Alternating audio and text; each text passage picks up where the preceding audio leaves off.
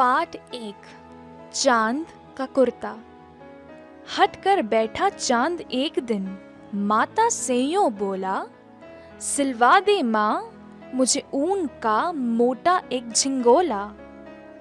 सन सन चलती हवा रात भर जाड़े से मरता हूँ, ठिठुर ठिठुर कर किसी तरह यात्रा पूरी करता हूँ। बच्चे की सुन बात, कहा माता ने, अरे सलोने कुशल करे भगवान, लगे न तुझको जादू टोने।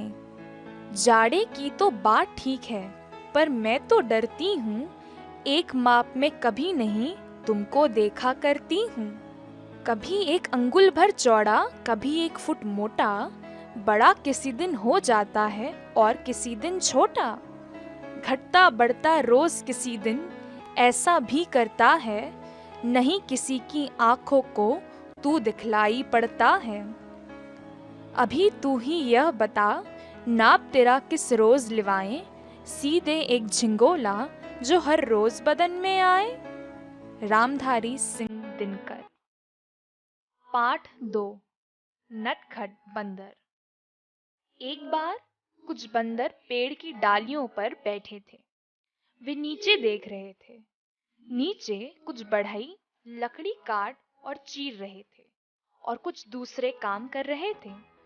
दोपहर को जब बढ़ई खाना खाने गए तो बंदर पेड़ से नीचे उतर आए।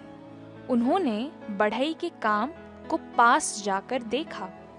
एक बंदर लकड़ी के एक लट्ठे पर चढ़ गया। वह गट्ठा बीच से चिरा हुआ था। उसके दोनों भागों को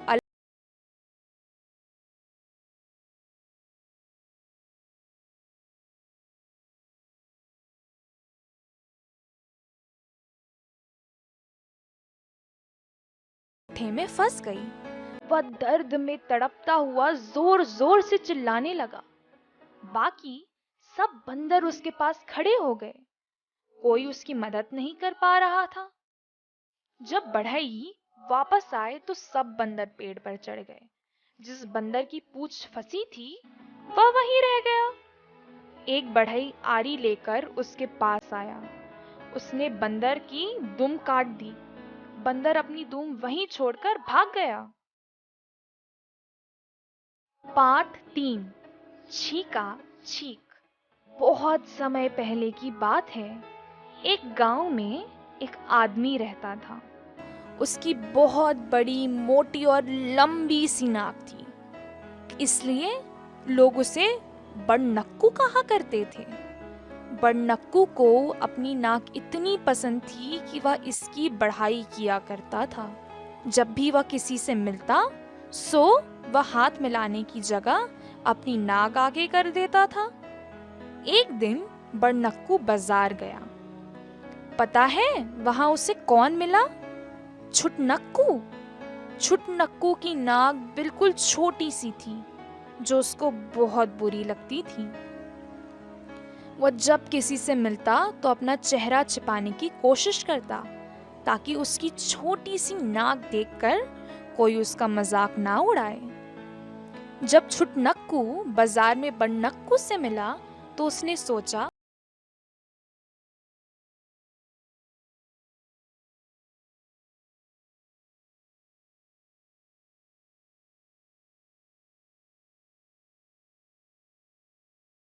खूब सारी लाल मिर्च रखी थी। उसने मुट्ठी भर लाल मिर्च निकाली। जैसे ही बड़नक्कू ने अपनी नाक आगे की, छुटनक्कू ने मिर्च भरे हाथ से उसकी नाक पकड़ ली। बड़नक्कू छीका और छीक और जमीन पर गुलाठी खाकर छीकता रहा। हर बार जब वह छीकता तो आसपास के सब खिड़की दरवाजे खड़खड़ा कर हिल जाते। छुटनक्कू खूब हंसा, जमीन पर लोटकर हाथ पांव उछाल उछाल कर हंसता रहा। इतना हंसा कि वह भूल ही गया कि उसके हाथों में अभी भी मिर्ची लगी हुई थी। हंसते हंसते उसने अपने ही नाक पर मिर्च वाला हाथ रख दिया। आछी आछी। छुटनक्कू भी छीका, आछी आछी। हर बार जब उसे छींक आती तो उसका पूरा शरीर हवा में उछल जाता और बम फूटने जैसी आवाज आती। छुटनक्कू और बड़नक्कू एक दूसरे के सामने इतनी जोर से चीख रहे थे कि अचानक धड़ाम की आवाज आई। सबने देखा कि दोनों के सिर धड़ाम से टकरा गए थे।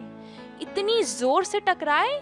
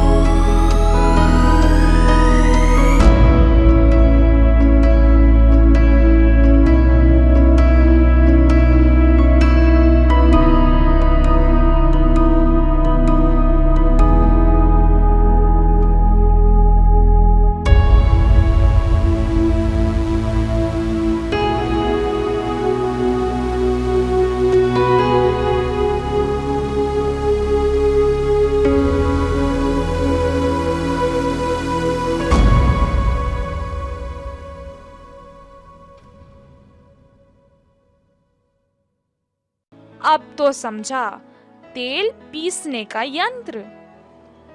कोल्हू वाले से तेल लेकर पंडित अभी घर लौटने ही वाला था कि उनके मन में एक और सवाल आ धमका। बैल के गले में घंटी क्यों डाली है? उन्होंने पुकारा, ओ कोल्हू वाले के लड़के! वो तो सब समझ गया, पर ये बैल के गले में घंटी लटकाने का क्या मतलब? क्या उससे भी तेल निकालने में कोई मदद मिलती है? उसने कहा, हर वक्त तो बैल पर नजर नहीं रख सकते हैं ना, इसलिए उसके गले में घंटी बांध के रखी है। जब तक घंटी बजती रहती है तो समझ जाते हैं कि बैल चल रहा है। जैसे ही बैल रुकता है कि घंटी की आवाज आनी बंद हो जाती है, तो उसे फिर से दौड़ाने के लिए मैं आ जाता हूँ। पंडित ने ऐसी अद्भुत करामात और कहीं नहीं देखी थी, पर जाते जाते वह बस इसी बात को सोचते जा रहे थे। कोल्हू वाले ने भी क्या तरकीब निकाली है। उस बेचारे बैल को तो खैर नहीं। जैसे ही वह रुकेगा कि घंटी बजना बंद हो जाएगी और उसी वक्त कोल्हू वाले का लड़का उसे भगाने चला आएगा। सोचते सोचते अचानक उन्हें सूझा, अच्छा, अगर वो बैल एक ही जगह खड़ा होकर सिर्फ सिर हिलाता रहे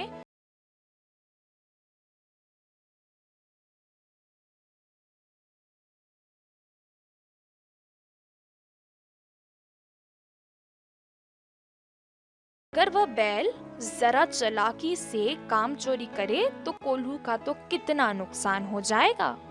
यह सब सोचकर वापस कोल्हू वाले के यहाँ जा पहुँचे और बोले, अरे वो जो घंटी वाली बात तुम कर रहे थे उसमें तो बड़ी गलती है।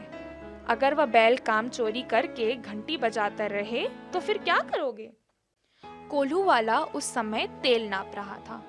उसने मुड़कर पंडित की ओर देखा और बोला, मेरा बैल क्या शास्त्र पढ़कर पंडित बना है कि उसका इतना दिमाग होगा? ना तो वह आपकी पाठशाला में गया है, ना ही उसने शास्त्र पढ़ा है, और फिर बैल को इतनी अकल कहाँ होती है? पंडित ने सोचा, कोल्हू वाला सच ही तो कह रहा है। उस मूर्ख बैल ने कभी शास्त्र पढ़कर देखा ही नहीं, इसलिए उस मूर्ख बैल की सारी चालाकी खत्म। पाठ 5। सपने क्यों हैं आते? मम्मी, सपने क्यों हैं आते? कभी रुलाते, कभी हंसाते। प्यारी दीदी घर जब आती, ढेर खिलौने भरकर लाती। कुछ खो जाते, कुछ रह जाते। मम्मी, सपने क्यों हैं आते? परियों के जब देश घूमता, रंग बिरंगे फूल चूमता, भंवरे मुझे देख मुस्काते। मम्मी, सपने क्यों हैं आते? चांद सितारे जुगनू सारे, देखो लगते कितने प्यारे, यह सब मेरा मन बहलाते। मम्मी, सपने क्यों हैं आते? सपनों का वह देश सुहाना, मम्मी सुनो मुझे भी जाना। मधुर मिलन का गीत सुनाते, मम्मी सपने क्यों हैं आते? फैलाए हरियाली की चादर। हमारे छोटे से घर में सजे हुए छोटे से गमले में जब कोई फूल खिलता है तो हमारा मन उसकी सुंदरता देखकर खिल उठता है। हमारी सांसें उनकी सुगंध में सुगंधित हो उठती हैं। एक गमले में खिला एक फूल हमारे जीवन के उस दिन को नई ऊर्जा से भर देता है। उदास दिखने वाली दुनिया के चेहरे पर हमें मुस्कुराहट दिखाई पड़ने लगती है, लेकिन यह सब कुछ एक गमले और एक दिन के लिए ही सीमित रहता है।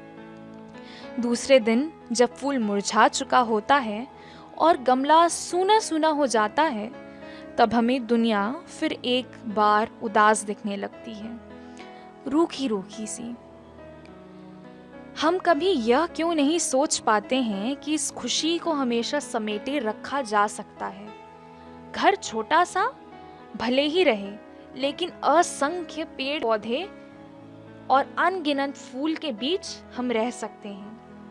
यदि हम अपने विचारों और इच्छाओं का आंगन थोड़ा सा लंबा चौड़ा कर लें, तो उसमें भांति भांति की वनस्पतियां के रंग भरकर अपने गमलों की सीमाओं को भी बढ़ा सकते हैं। लेकिन इससे भी पहले हमें यह सोचना होगा कि हम घरों की सुंदरता को सहेजने में डूबकर क्या क्या खो चुके हैं और क्या खोते जा रहे हैं। हमने शहर बसाए और उनका निरंतर विस्तार किया, किंतु पेड़ों और जंगलों से इतनी दूर होते चले गए कि आज महानगर की श्रेणी में जा पहुंचे शहर ऑक्सीजन की कमी को झेलने लगे हैं। गमलों की छोटी सी हरियाली इतनी सक्षम नहीं कि वह हवा का जहरीलापन कम कर सके, उसके वेग को नियंत्रित कर सके, पानी को रोक कर रख सके, तापमान को प्राणियों के अनुकूल बनाए रख सके और ध्वनि को संतुलित कर सके। इन सब के लिए हमें अपने गमलों को इतना बड़ा करना होगा कि वह एक पूरे शहर में बदल जाएं। हमें शहरी वानिकी को अपनाना ही होगा। आज विश्व की जनसंख्या बढ़ती जा रही है। भारत की जनसंख्या में बढ़ोतरी ही नहीं बल्कि शहरों की संख्या में बढ़त होती जा रही है। सन 1901 में मात्र 11% जनसंख्या शहरों में रहती थी। सन 1981 तक यह संख्या 23% तक जा पहुंची। सन 1981 के बाद शहरीकरण में और तेजी से वृद्धि हुई है। पुराने शहर फैलकर आसपास के गांवों से जा जुड़े हैं। उनके बीच का वन क्षेत्र लुप्त हो गया है। शहर कंक्रीट के जंगलों में बदलते जा रहे हैं और उनमें लगभग असंवेदी पथरीले प्राणियों की भांति मानव का निवास संघन में संगतम होता जा रहा है। शहरों का विस्तार आज जितना लंबवत हो रहा है, उतना ही ऊर्ध्व में हो रहा है। बहुमंजिला इमारतें एक आवश्यकता के रूप में खड़ी हो गई हैं। गोया हमने ना तो अपनी बाहों फैलाने की जगह के बारे में सोचा और ना सिर उठाने की जगह के बारे में। शहरों की बहुमंजिला इमारतें, न रहने वाले, न जाने कितने लोग ऐसे हैं जिनके पास अपने घर तो हैं, लेकिन ना तो जमीन अपनी है और ना आसमान अपना। मध्य तल के ये निवासी अपनी बीच की दुनिया में सिमट सिकुड़ गए हैं। उनकी ऊर्जा का यदि कोई स्रोत है तो चंद छोटे छोटे गमले। शहर के पार्कों में उपस्थित रहने वाली भीड़ साक्षी है इस बात की कि लोग अपने गमलों को पर्याप्त नहीं समझते हैं। वे जानते हैं कि इनके गमले इन्हें भरपूर ऑक्सीजन नहीं दे सकते हैं। फिर भी ना जाने क्यों वो अपने गमलों को शहर में बदल डालने का नहीं सोच पाते हैं। लेकिन अब तो सोचना ही होगा, अन्यथा एक दिन ऐसा भी आ जाएगा जब हवा, पानी और ऊर्जा हमारा साथ छोड़ देगी। पार्ट 6। प्यारा सा एक पत्र। दिनांक 25 सितंबर 47/2, अंसारी रोड, दरियागंज, नई दिल्ली 110002। प्यारी आस्था, नमस्ते। तुम्हारा पत्र मिला। पढ़कर खुशी हुई कि तुम आगरा घूमकर आई हो। पत्र में तुमने आगरा के ताजमहल के बारे में बताया। तुम्हारे अनुभव जानकर मेरा मन भी ताजमहल देखने को कर रहा है। यह पत्र मैंने तुम्हें अपनी गर्मी की छुट्टियों के बारे में बताने के लिए लिखा है। इस बार गर्मी की छुट्टियों में मैं अपने माता पिता के साथ नाना नानी के घर गई थी। मेरी नानी का घर शहर से दूर एक गांव में है। उनके गांव का नाम चंदनपुर है। मेरे नाना जी वहाँ के जमींदार हैं। वहाँ पर शहरों की तरह पक्की सड़कें नहीं हैं। धूल मिट्टी चारों ओर फैली रहती है तथा लोग कुएं पर पानी भरने जाते हैं। आस्था, सबसे आश्चर्य भरी बात यह है कि वहाँ के लोग बेड टी नहीं लेते, बल्कि सुबह सुबह गर्म दूध पीते हैं और नहा धोकर पूजा करते हैं। वे लोग सादा जीवन बिताते हैं और बहुत परिश्रमी होते हैं। स्त्रियां घर पर काम करती हैं और सभी पुरुष बहुत सवेरे ही काम पर चले जाते हैं। सभी बच्चे पकड़म पकड़ाई, रस्सी कूदना, खो खो, पोशम पा भाई पोशम पा, चोर सिपाही, गली डंडा व पतंगबाजी इत्यादि खेल खेलते हैं। गांव के लोगों का पहनावा भी अलग प्रकार का है। स्त्रियां साड़ी और लहंगा चुनरी पहनती हैं और पुरुष धोती कुर्ता व पगड़ी पहनते हैं। सभी लोग आपस में मिलजुल कर रहते हैं। शाम के समय कुछ लोग पेड़ के नीचे बैठकर बातें करते हैं।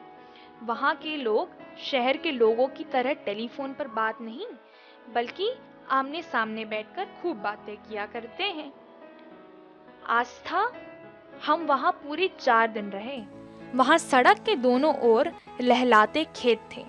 हरे भरे खेत बहुत ही अच्छे लग रहे थे। मैंने भी खेतों से गन्ने तोड़कर खाए।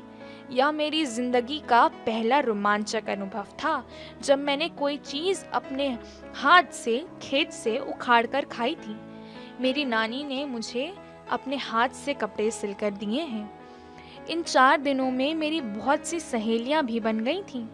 मेरा मन गांव छोड़कर आने के लिए बिल्कुल नहीं कर रहा था, परंतु पिताजी का दफ्तर से इतनी सी छुट्टियां ही मिली थी, इसलिए हमें जल्दी वापस लौटना पड़ा। हम सभी ने वहाँ खूब मजे किए। अपने माता पिता को मेरा प्रणाम कहना, शरारती साहिल की शरारतें कम हुई या नहीं, पत्र लिखकर बताना। तुम्हारी सखी हरप्रीत कौर। पार्ट 7। लड़ाई का खेल। कहावत आ बैल मुझे मार तो तुमने सुनी होगी। एक दिन रंजन और दिनेश के साथ भी कुछ ऐसा ही हुआ।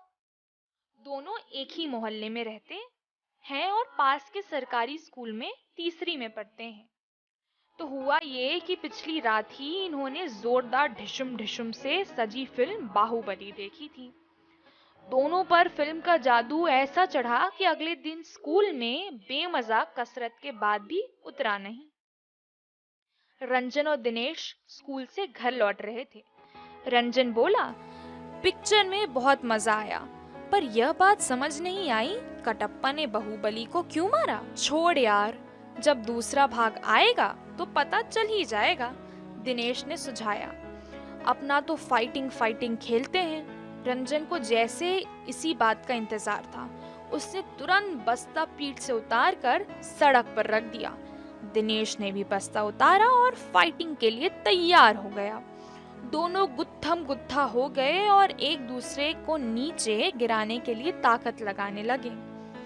जहां पर ये लड़ाई चल रही थी वो एक भरी पूरी सड़क थी। उसके दोनों तरफ दुकानें और घर थे। दुकानों और घर के बाहर लोग जमा थे।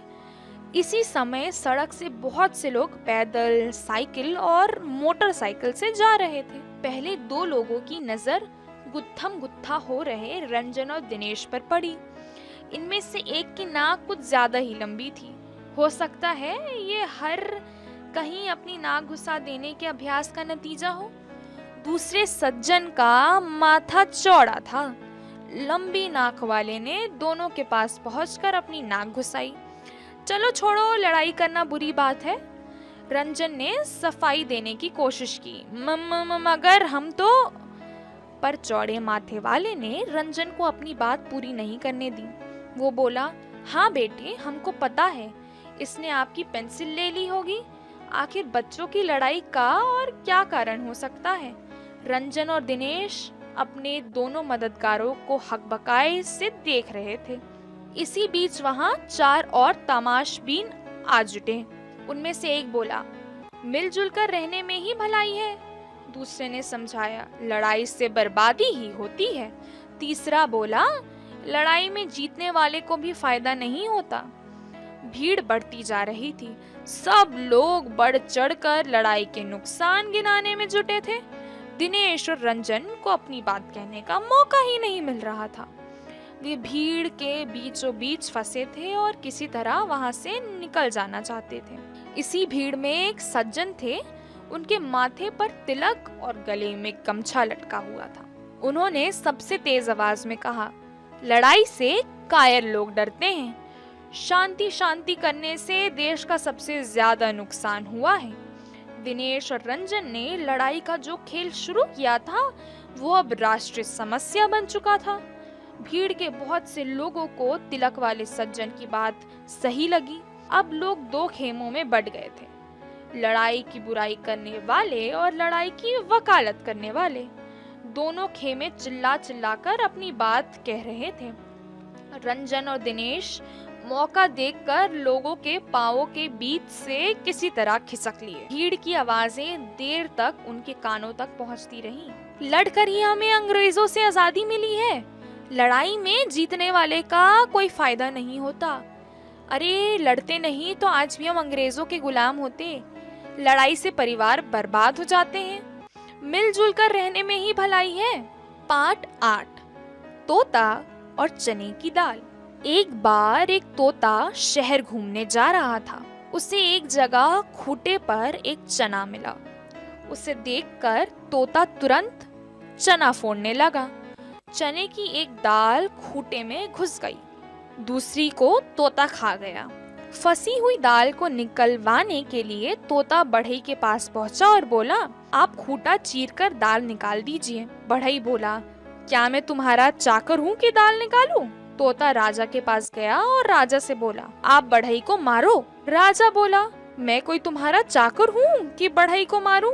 तोता रानी के पास गया और बोला, रानी तुम राजा को छोड़ दो। राजा बढ़ई से दाल निकालने के लिए कहे। रानी बोली, तू भाग यहाँ से। फिर तोता सांप के पास पहुँचा और बोला, तुम रानी को डसो। सांप बोला, भाग यहाँ से। तोता वहाँ से भागा और लाठी से बोला, तुम सांप को मारो। फिर वह रानी को डसे। रानी राजा को छोड़ दे और राजा बढ़ई को मारे तो बढ़ई दाल निकाले। तब लाठी बोली, जा भाग यहाँ से। तब तोता आग के पास गया और उससे बोला, लाठी को जलाओ। आग ने भी उसको भगा दिया। तब तोता पानी के पास गया और बोला, तुम आग को बुझाओ। पानी ने भी तोते को भगा दिया। फिर तोता हाथी के पास गया और बोला, पानी को सोख लो। हाथी ने कहा, मुझसे नहीं होगा, और उसे भगा दिया। तोता तब चींटी के पास गया और बोला, चलो हाथी को चाबो। चींटी चली हाथी को चाबने। तब हाथी बोला, चींटी बहन, तुम मुझे मत चाबो, मैं पानी सोखने जाता हूँ। तब पानी बोला, हाथी भैया, तुम मुझे मत सोको, मैं आग बुझाने जाता हूँ। तब आग बोली, पानी, तुम मुझे मत बुझाओ ना, मैं लाठी को जलाने जाती हूँ। लाठी बोला, आग, तुम मुझे ना जलाओ, मैं सांप को मारने जाती हूँ। सांप बोला, तुम मुझे मत मारो, मैं रानी को डसने जाता हूँ। रानी बोली, तुम मुझे ना डसो, मैं राजा को छोड़ देती हूँ। राजा बोले, रानी, तुम मुझको मत छोड़ो, मैं बढ़ई को कहने जाता हूँ। राजा ने बढ़ई से कहा, जाओ खूंटे को चीर कर दाल निकाल दो। बढ़ई ने खूंटा चीरा और दाल निकाल दी। तोता दाल खाकर शहर चला गया। पाठ 9। वर्षा तुमको आना है। वर्षा तुमको आना है, खूब जल बरसाना है। नदी नाले ताल तलैया लबालब कर जाना है। हरी भरी धरती करना है, नभ में धनुष सजाना है। ध्यान रहे बिजली चमके, नीचे नहीं गिराना है। हम अब रोकें इतना पानी, संकट ना गहराना है। पेड़ पौधे खूब लगाएं, वृक्ष ना कोई काटना है। वर्षा तुमको आना है, खूब जल बरसाना है। पाठ 10। खुश आदमी की कमीज। एक बार की बात है, एक राजा था। उसके पास सब कुछ था, लेकिन वह खुश नहीं था। वह समझ नहीं पाता था कि कैसे खुश रहा जाए। उसे यह लगने लगा कि वह बीमार है, जबकि वह बिल्कुल स्वस्थ दिखता था।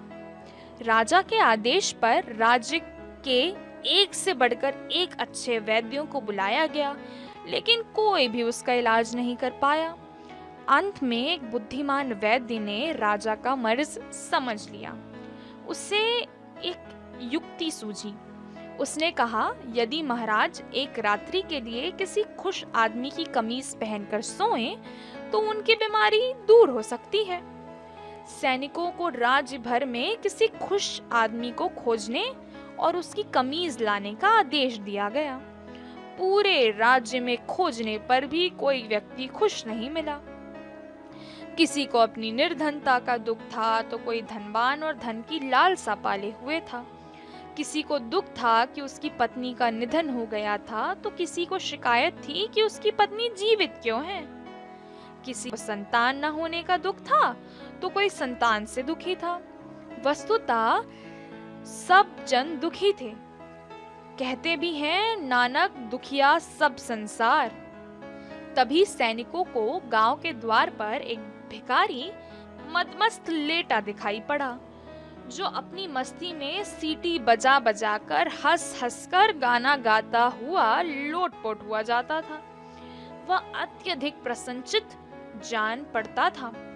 सैनिकों ने उसके पास रुकते हुए उसका अभिवादन कर उससे कहा, ईश्वर आपका भला करे, आप काफी प्रसन्न दिखाई देते हैं। हाँ, मैं खुश हूँ और मुझे किसी बात का कोई दुख नहीं है। सैनिक उसे पाकर अभिभूत हो गए थे। उन्होंने कहा कि यदि वह एक रात के लिए अपनी कमीज उधार दे दे, तो वे उसे 100 स्वर्ण मुद्राएं देंगे। यह सुनकर वह जोर जोर से हंसते हंसते लोटपोट हो गया। फिर किसी तरह अपनी हंसी रोकते हुए बोला, मैं अवश्य ही अपनी कमीज दे देता, पर मेरे पास तन ढकने के लिए भी वस्त्र नहीं है। राजा को हर दिन का समाचार दिया जाता था, जिससे वह यह जान सका कि दुनिया में कितने दुख व्याप्त हैं। अब सैनिकों ने यह समाचार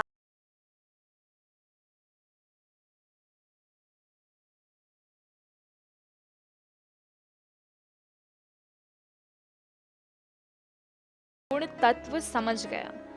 वह अपने व्यर्थ के भ्रम को छोड़कर जनता की भलाई में लग गया। अब राजा व प्रजा दोनों सुखी थे। पाठ 11। 3 बिल्लियां की बात है। एक तस्वीर में 3 बिल्लियां रहा करती थी। जैसा कि सारी बिल्लियों के साथ होता है, ये बिल्लियां भी हर साल थोड़ी बड़ी हो जाती थीं।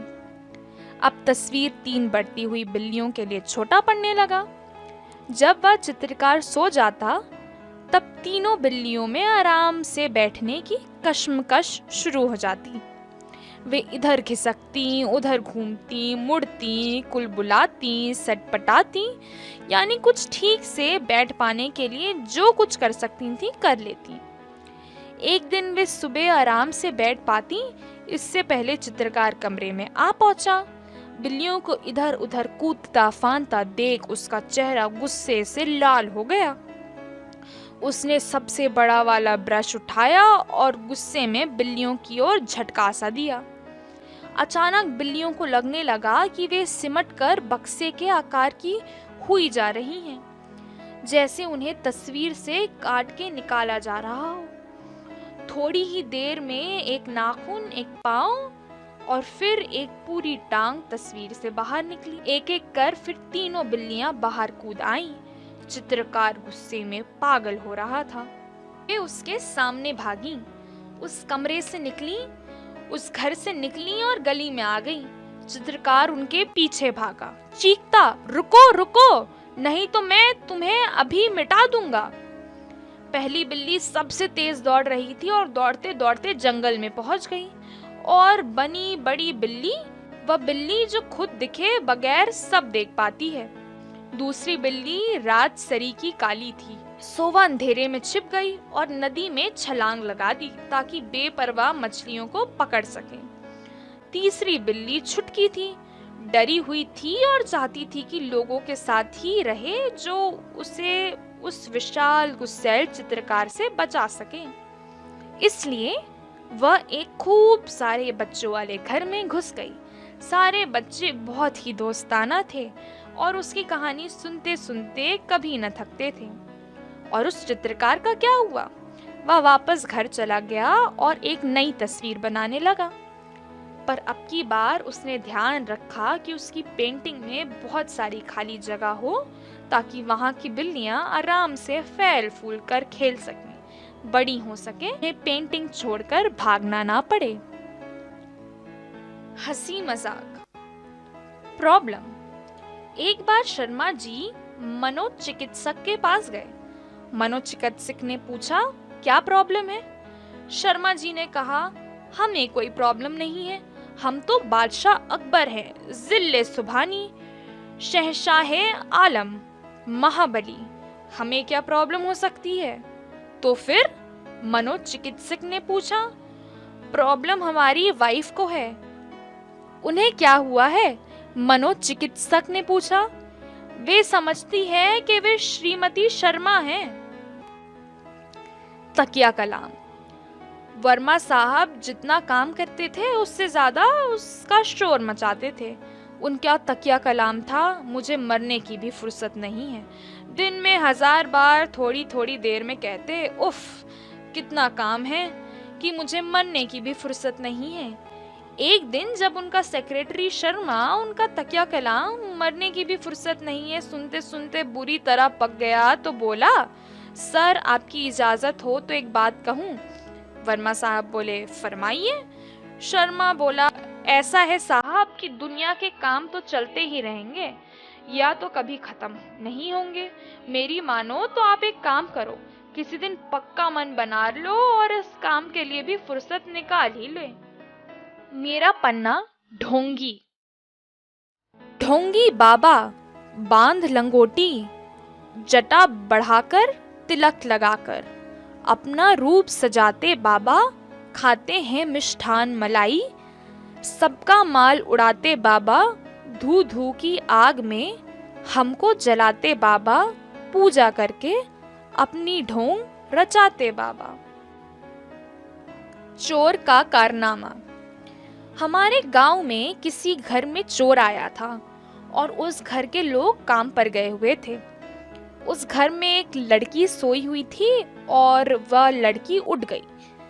उस चोर ने लड़की को पैसे दे दिए, लड़की दुकान चली गई और चोर 1 बोरा धान की चोरी करके भाग निकला। पार्ट 12। एक पते की बात। एक घर के मुखिया को यह अभिमान हो गया कि उसके बिना उसका परिवार का काम नहीं चल सकता। उसकी छोटी सी दुकान थी, उससे जो आय होती उसी से उसका परिवार का गुजारा चलता था। चूंकि कमाने वाला वह अकेला ही था, इसलिए उसे लगता कि उसके बगैर कुछ नहीं हो सकता। वह लोगों के सामने डींग हाका करता था। एक दिन वह एक संत के सत्संग में पहुंचा। संत कह रहे थे, दुनिया में किसी के बिना किसी का काम नहीं रुकता। यह अभिमान व्यर्थ है कि मेरे बिना परिवार या समाज ठहर जाएगा। सभी को अपने भाग्य के अनुसार प्राप्त होता है।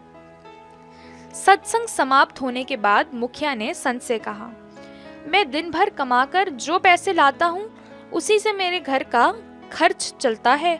मेरे बिना तो मेरे परिवार के लोग भूखे ही मर जाएंगे। संत बोले, यह तुम्हारा भ्रम है। हर कोई अपने भाग्य का खाता है। इस पर मुखिया ने कहा, आप इसे प्रमाणित करके दिखाइए। संत ने कहा, ठीक है, तुम बिना किसी को बताए घर से 1 महीने के लिए गायब हो जाओ। उसने ऐसा ही किया। संत ने यह बात फैला दी कि उसे बाघ ने अपना भोजन बना लिया है। मुखिया के परिवार वाले कई दिनों तक शोक संतप्त रहे। गांव वाले आखिरकार उनकी मदद के लिए सामने आए। एक सेठ ने उसकी बड़े लड़के को अपने यहाँ नौकरी दे दी। गांव वाले ने मिलकर लड़की की शादी करा दी। एक व्यक्ति छोटे बेटे की पढ़ाई का खर्चा देने को तैयार हो गया और उनके दिन फिर मजे में गुजरने लगे। 1 महीने बाद मुखिया छिपता छिपाता रात के वक्त अपने घर आया। घर वालों ने भूत समझकर दरवाजा नहीं खोला। जब वह बहुत गिड़गिड़ाया और उसने अपनी सारी बातें बताई तो उसकी पत्नी ने दरवाजे के भीतर से ही उत्तर दिया, हमें तुम्हारी जरूरत नहीं है। अब हम पहले से ज्यादा सुखी हैं। इस व्यक्ति का सारा अभिमान चूर चूर हो गया। संसार किसी के लिए भी नहीं रुकता। यहाँ सभी के बिना काम चलता है।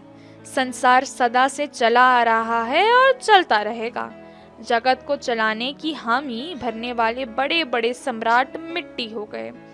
जगत उनके बिना भी चला है और आगे भी चलता रहेगा।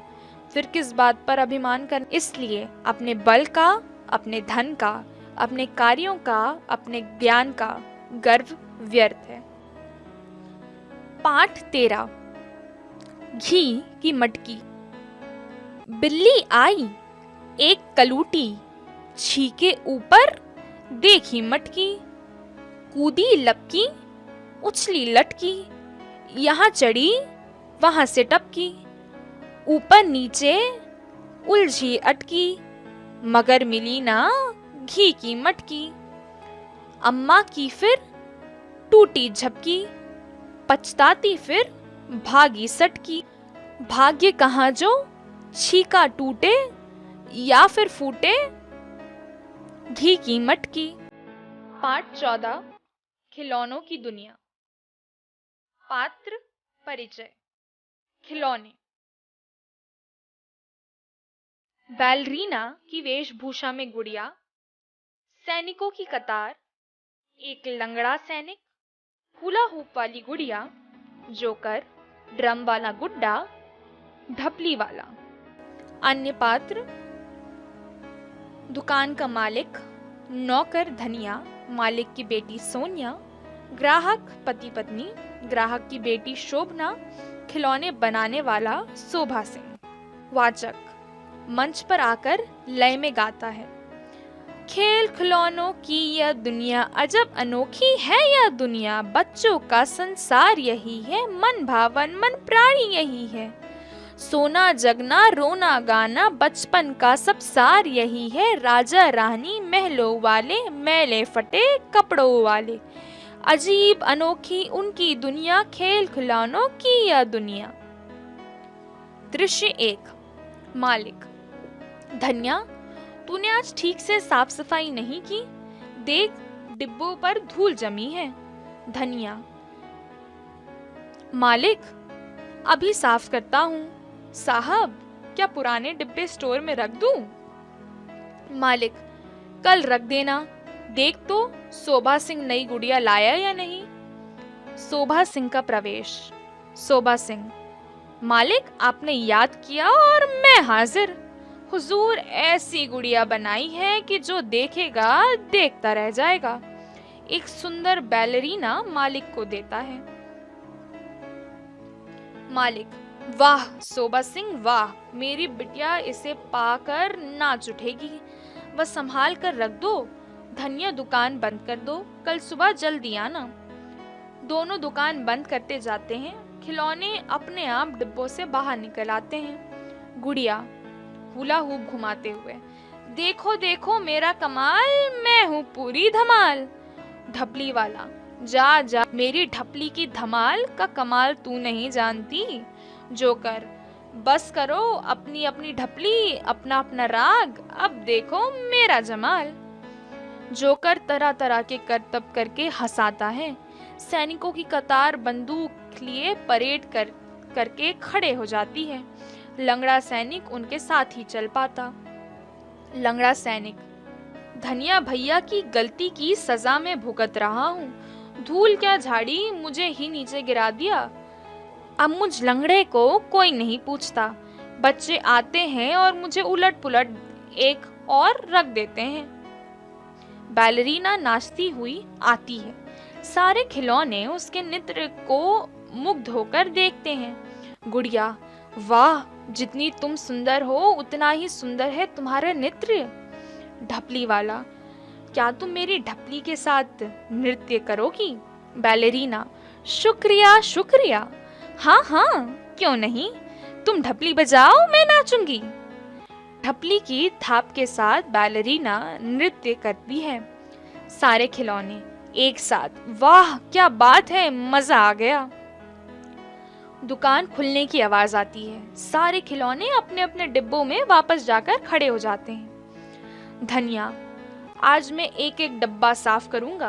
बैलरीना को देखकर, वाह शोभा सिंह ने तो इस बार कमाल कर दिया। कितनी प्यारी है इसकी मुस्कान, कैसी हिरनी सी सुंदर आंखें हैं इनकी। सोना बिटिया तो इसे पाकर फूली नहीं समाएगी। मालिक का प्रवेश। धनिया प्रणाम करता है। मालिक, धनिया तूने नई गुड़िया संभाल कर रख दी थी ना? धनिया, हाँ मालिक। ग्राहक पति पत्नी दुकान पर आते हैं। ग्राहक पति, मेरी लाडो का जन्मदिन है, कोई सुंदर सी गुड़िया दिखाओ। मालिक हकलाकर, वह गुड़िया, वह तो कल ही एक ग्राहक पसंद करके रखवा गया है, वह आज पैसे लेकर आएगा। पति, पता नहीं वह आए ना आए, तुम मुझे यह गुड़िया दुगने दाम में दे दो। मालिक धनिया की ओर देखता है। धनिया, मालिक दे दीजिए, उनके लिए दूसरी गुड़िया बनवा देंगे। पति पत्नी बैलरीना को लेकर चले जाते हैं। मालिक, सोनिया को मैंने आज नई गुड़िया देने का वादा किया था। धनिया, पर मालिक ग्राहक को नाराज करना भी तो ठीक नहीं। दृश्य 2। घर में शोभना का जन्मदिन का उत्सव मनाया जा रहा है। शोभना की माँ, देखो हम तुम्हारे लिए क्या लाए हैं, उसे बैलरीना देते हुए। शोभना, उफ, फिर एक और गुड़िया, मुझे नहीं चाहिए। तेजी से खिड़की की ओर दौड़कर गुड़िया बाहर फेंक देती है। दृश्य 3। बगीचे के बाहर कूड़े में बैलरीना पड़ी है। उसके कपड़े गंदे हो गए हैं, चेहरे पर भी गंदगी लग गई है। पास ही बगीचे में बच्चे खेल रहे हैं। बैलरीना, कहाँ से कहाँ आ गई मैं, उफ कितनी गंदगी है यहाँ। समय बदलते देर नहीं लगती। कल तक हर कोई मेरी सुंदरता के गीत गा रहा था, आज कोई मुड़कर देखता तक नहीं। बच्चों के साथ सोनिया भी गेंद खेल रही थी। गेंद कूड़े में बैलरीना के पास जा गिरती है। सोनिया गेंद ढूंढते हुए, गेंद कहाँ गई? अरे कितनी प्यारी गुड़िया। बैलरीना को झाड़ पोंछकर अपनी गोदी में लेते हुए, अरे अरे तुम्हें किसने यहाँ फेंक दिया, तुम्हारे कपड़े गंदे हो गए। कोई बात नहीं, मैं तुम्हारे लिए नए कपड़े सिलवा दूंगी। वह गुड़िया को प्यार से चूमती है, तभी उसे कूड़े में लंगड़ा सैनिक गुड्डा भी दिखाई देता है। वह उसे भी उठा लेती है। सोनिया, अरे तुम्हें भी किसी ने यहाँ फेंक दिया। दृश्य 4। खिलौनों की दुकान में सोनिया का प्रवेश। सोनिया पिता से, पापा देखो ना, कितनी सुंदर है ये गुड़िया, किसी ने इसे कूड़े में फेंक दिया था, आप इसके लिए नए कपड़े बनवा देंगे ना? मालिक, क्यों नहीं बिटिया, पर तू इस लंगड़े सैनिक को भी क्यों उठा लाई? सोनिया, पापा उसे लंगड़ा मत कहिए, ये सैनिक है, मैं इसे अपनी प्यारी बैलरीना की शादी रचाऊंगी। धनिया और मालिक हंसते हैं। दृश्य 5। खिलौनों की दुकान के सभी खिलौने डब्बे से बाहर आते हैं। ढपली वाला, अरे तुम आ गए, तुम्हारे बिना हमारा मन नहीं लग रहा था। जोकर, सच, ये सब मेरा तमाशा देखकर भी नहीं हंसते थे। गुड़िया, तुम तो बाहर की दुनिया देखकर आ रही हो, कैसी है बाहर की दुनिया? अरे तुम्हारे सुंदर कपड़े गंदे कैसे हो गए? बैलरीना सुबकते हुए, मैं यहाँ तुम सबके साथ कितनी प्रसन्न थी, मत पूछो बाहर की दुनिया का हाल। उस घमंडी लड़की शोभना ने तो मुझे इतनी जोर से फेंका कि अब तक मेरा अंग अंग दुख रहा है। गुड़िया, बहुत दर्द हो रहा है, लाओ मैं तुम्हारे हाथ पांव दबा दूं। बैलरीना, शरीर का यह दर्द तो ठीक हो जाएगा, परंतु मेरे दिल को जो चोट पहुंची है उसका दर्द कभी नहीं जाएगा। क्या क्या सपने देखे थे, कोई मुझे प्यार दुलार देगा, अपने सीने से लगा कर रखेगा, पर क्या मिला? लंगड़ा सैनिक, चलो भूल जाओ सब कुछ, कांटों के बीच भी गुलाब खिलते हैं। हमारी सोनिया का दिल तो सोने जैसा है, कितने प्यार से तुम्हें यहाँ ले आई है, सब एक साथ। अंध भला तो सब भला, आओ हम सब मिलकर नाचे गाएं, खुशियां मनाएं। पर्दा गिरता है। पाठ 15। नटखट चूहा। एक था चूहा, बहुत ही नटखट और बड़ा ही चालाक। कुछ ना कुछ शरारत करने का उसका हमेशा मन करता रहता था। एक दिन उसने सोचा, आज मैं शहर जाऊंगा। बारिश के कारण बिल से बाहर निकले बहुत दिन बीत गए हैं, घर में बैठे बैठे तंग आ गया हूँ। नटखट चूहा झटपट तैयार होकर शहर की ओर निकल पड़ा। वह मस्ती में झूमता हुआ चला जा रहा था कि रास्ते में उसे एक बड़ी सी कपड़े की दुकान दिखाई दी। दुकानदार अपनी दुकान खोलकर अंदर जा ही रहा था कि नटखट चूहा भी चुपचाप उसके पीछे अंदर चला गया। जैसे ही दुकानदार अपनी जगह पर बैठा, उसकी नजर चूहे पर पड़ी। दुकानदार ने कहा, अरे तू मेरी दुकान में क्या कर रहा है, चल भाग यहाँ से। चूहा बोला, मैं अपनी टोपी के लिए कुछ कपड़ा खरीदने आया हूँ। दुकानदार हंसा, हा हा हा, भाग यहाँ से, मैं चूहे को कोई सामान नहीं बेचता हूँ। चूहा गुस्से में बोला, तो तुम मुझे कपड़ा नहीं बेचोगे? दुकानदार बोला, चल जा यहाँ से, बेकार में मेरा समय बर्बाद ना कर। चूहा चिल्लाया, तुम मुझे कपड़ा देते हो या नहीं? दुकानदार बोला, नहीं, बिल्कुल नहीं। इस बार नटखट चूहे ने गाना गाया, रातों रात मैं आऊंगा, अपनी सेना लाऊंगा, तेरे कपड़े कुतरूंगा। दुकानदार डर कर बोला, चूहे भैया ऐसा न करना, मैं अभी तुम्हें रेशमी कपड़े का टुकड़ा देता हूँ। और उसने चूहे को रेशमी कपड़े का टुकड़ा दे दिया। कपड़ा लेकर चूहा उछलता कूदता दुकान से बाहर निकल गया। फिर वह एक दर्जी की दुकान में जा पहुंचा। चूहे ने कहा, दर्जी जी, मुझे तुमसे कुछ काम है। काम? क्या काम? दर्जी ने गुस्से से पूछा। चूहे ने दर्जी को रेशमी कपड़ा दिया और कहा, कृपया इस कपड़े की एक अच्छी सी टोपी सिल दो। दर्जी हंसा, चल हट यहाँ से, मेरा समय खराब न कर, मेरे पास तेरा काम करने के लिए समय नहीं है। दर्जी ने कहा। अब चूहे को गुस्सा आ गया, वह जोर से चिल्लाया, तुम टोपी सिलोगे या नहीं? दर्जी ने कहा, नहीं नहीं नहीं, बिल्कुल नहीं। चूहा बोला, तो ठीक है, और गाना गाने लगा, रातों रात मैं आऊंगा, अपनी सेना लाऊंगा, तुम्हारे कपड़े कुतरूंगा। दर्जी डर कर बोला, चूहे भैया ऐसा ना करना, मैं अभी तुम्हारी टोपी बना देता हूँ। और थोड़ी ही देर में दर्जी ने चूहे के लिए एक सुंदर सी रेशमी टोपी तैयार कर दी। नटखट चूहे ने उसे पहना और फिर अपना चेहरा आईने में देखा। यह टोपी तो एकदम सादी है, मैं इस पर चमकीले सितारे लगवाऊंगा। चूहे ने सोचा। वह कूदता फांदता दुकान से बाहर निकल गया।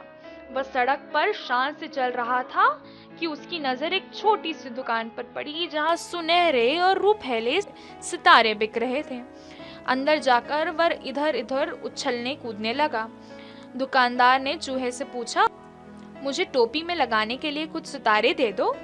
दुकानदार ने कहा, अरे चल यहाँ से, मुझे बेवकूफ बनाने की कोशिश ना कर। एक चूहे को सितारे से क्या मतलब?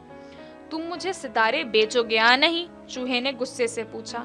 नहीं नहीं नहीं, मैं तुम्हें सितारे नहीं बेचूंगा, दुकानदार ने कहा।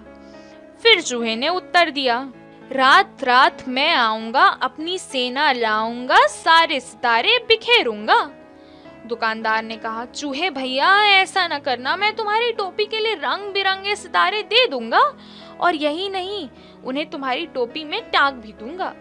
अच्छा तो जरा जल्दी करो, चूहे ने कहा। टोपी बनकर तैयार हो गई। चूहा टोपी पहनकर आईने के सामने खड़ा हुआ तो खुशी से उसका मन नाच उठा। बस सोचने लगा, मैं भी किसी राजा से कम नहीं हूँ। अपनी सुंदर टोपी किसे दिखाऊं? चलो अपनी चमकीली टोपी राजा को ही दिखाता हूँ। 1 घंटे के अंदर ही नटखट चूहा राजमहल में राजा के पास जा पहुंचा। वह राजा के सामने जा खड़ा हुआ।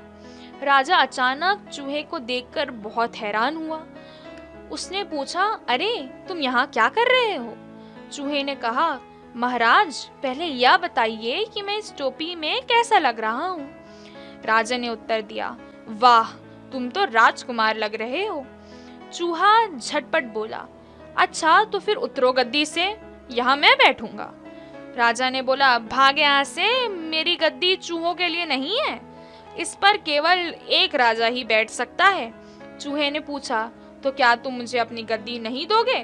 बिल्कुल नहीं, मैं तुम्हें अपना सिंहासन नहीं दूंगा, राजा ने उत्तर दिया। राजा ने आदेश दिया, पकड़ लो इस चूहे को। सिपाही चूहे को पकड़ने दौड़े और एक के ऊपर एक गिर पड़े। चूहा उनके बीच से निकलकर भाग गया। तो तुम नहीं उतरोगे? चूहे ने फिर राजा से पूछा। नहीं नहीं, राजा अपनी बात पर अड़ा रहा। अब चूहे ने अपनी कमर पर हाथ रखकर कहा, रातों रात मैं आऊंगा, अपनी सेना लाऊंगा, तुम्हारे कान कुतरूंगा। राजा ने सोचा, चूहों की फौज तो पूरे महल को तहस नहस कर देगी। वह डर से कांपने लगा। राजा कांपती आवाज में बोला, चूहे भैया तुम बेकार में नाराज हो रहे हो, मैं अपनी गद्दी से अभी उतरता हूँ और तुम शौक से इस पर बैठ सकते हो। चूहा बहुत खुश हुआ। वह शान से सिंहासन पर बैठ गया और काफी देर तक वहां आराम करता रहा। जब काफी रात बीत गई, वह गद्दी से कूदकर नीचे आया और खुशी खुशी अपने घर को चल दिया।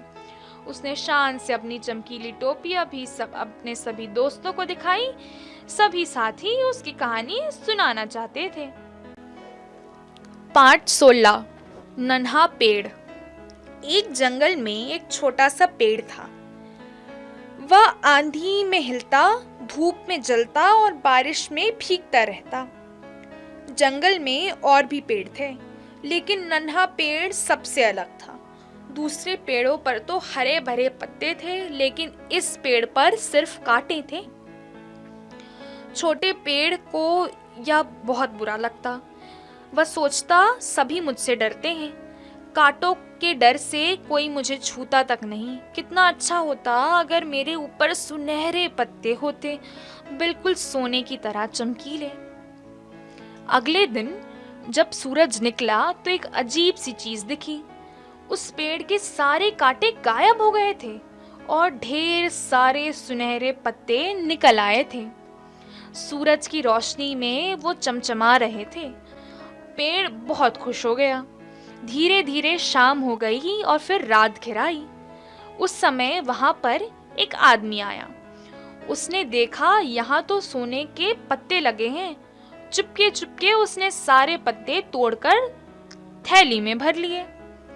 पेड़ बेचारा ठूठ बन गया। उसे बहुत दुख हुआ।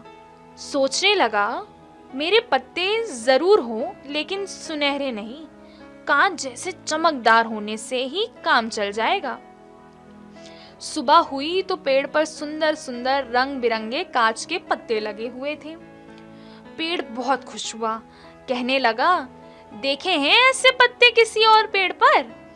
उसी वक्त काले बादल छा गए और धीरे धीरे सूरज बादलों के पीछे छिप गया। तभी ना जाने कहां से तेज आंधी आई और पूरा जंगल हिलने लगा। बड़े बड़े पेड़ तक जोर जोर से हिलने लगे। इसी तेज हवा में छोटे पेड़ के कांच के पत्ते झड़ झड़ कर चकनाचूर हो गए। पेड़ फिर से ठूठ हो गया, कहने लगा, अब मुझे न सोने के पत्ते चाहिए न कांच के। दूसरे पेड़ों की तरह के हरे पत्ते ही काफी होंगे मेरे लिए। अगले दिन सुबह उठते ही सामने देखा कि उसकी डालों पर हरे भरे पत्ते हैं। अब मैं सचमुच बहुत खुश हूँ, छोटे पेड़ न सोचा। इतने में वहां से गुजरते एक बकरे ने इस छोटे से पेड़ पर हरे हरे पत्ते देखे। वह आकर उन्हें झटपट खाने लगा। छोटा पेड़ चुपचाप देखता रहा। करता भी तो क्या, बकरे ने सब पत्ते खा लिए। वह फिर ठूठ बन गया। दुखी होकर उसने कहा, नहीं चाहिए मुझे पत्ते, न कांच के, न सोने के, न हरे। इन पत्तों से तो मेरे पुराने कांटे ही अच्छे थे। पाठ 17 क्योंजीमल और कैसे कैस लिया। इनसे मिलिए, ये है क्योंजीमल। बात बात पर पूछ लेते हैं क्यों क्यों क्यों। भले ही आपसे जवाब देते बने या नहीं, पता नहीं क्यों। और ये हैं इनके दोस्त कैसे कैस लिया। ये भी कोई कम नहीं है, मौका लगते ही पूछ लेते हैं कैसे कैसे कैसे। भूले भटके कभी दोनों से एक साथ मुलाकात हो गई तो क्यों और कैसे के बीच ही भटकते रहेंगे आप। क्यों क्यों क्यों, कैसे कैसे कैसे पढ़िए और पता कीजिए। गुरुजी नमस्ते, किधर चले? नमस्ते, जरा बाजार जा रहा हूँ। बाजार? क्यों क्यों क्यों? गेहूं पिसवाना है इसलिए। बाजार? कैसे कैसे कैसे? साइकिल पर। वैसे निकला तो पैदल था, पर थैली देखकर शिवदास ने अपनी साइकिल दे दी। अच्छा, गेहूं पिसवाना है? क्यों क्यों क्यों? अरे आटा तो चाहिए। पिसवाने? कैसे कैसे कैसे? चक्की में भाई। आटा? क्यों क्यों क्यों? क्यों भाई, रोटी नहीं बनाएंगे? रोटी? कैसे कैसे कैसे? अरे आटे को सानेंगे, बेलेंगे, तवे पर पकाएंगे, आग पर फुलाएंगे। सानेंगे? क्यों क्यों क्यों? सुनो, सने आटे में थोड़ा पानी रहता है ना, आग पर तपने से यही पानी भाप बनकर विली हुई रोटी को पकाता है, इसलिए सानेंगे। सानेंगे? कैसे कैसे कैसे? तुमने कभी देखा नहीं है क्या? परात में आटा निकालेंगे, चुटकी भर नमक डालेंगे, धीरे धीरे एक हाथ से पानी डालते हुए सानना शुरू करेंगे। पहले पहले सारा आटा बिखरेगा, फिर उसे समेटेंगे और अच्छी तरह से सान लेंगे। समझे? अच्छा, परात में? क्यों क्यों क्यों? कैसे कैसे कैसे? गुरुजी बोले, तुम लोगों की क्यों और कैसे में तो मेरी चक्की ही बंद हो जाएगी। बंद हो जाएगी? क्यों क्यों क्यों? बंद हो जाएगी? कैसे कैसे कैसे? लेकिन तब तक गुरुजी साइकिल पर सवार फुर हो चुके हैं।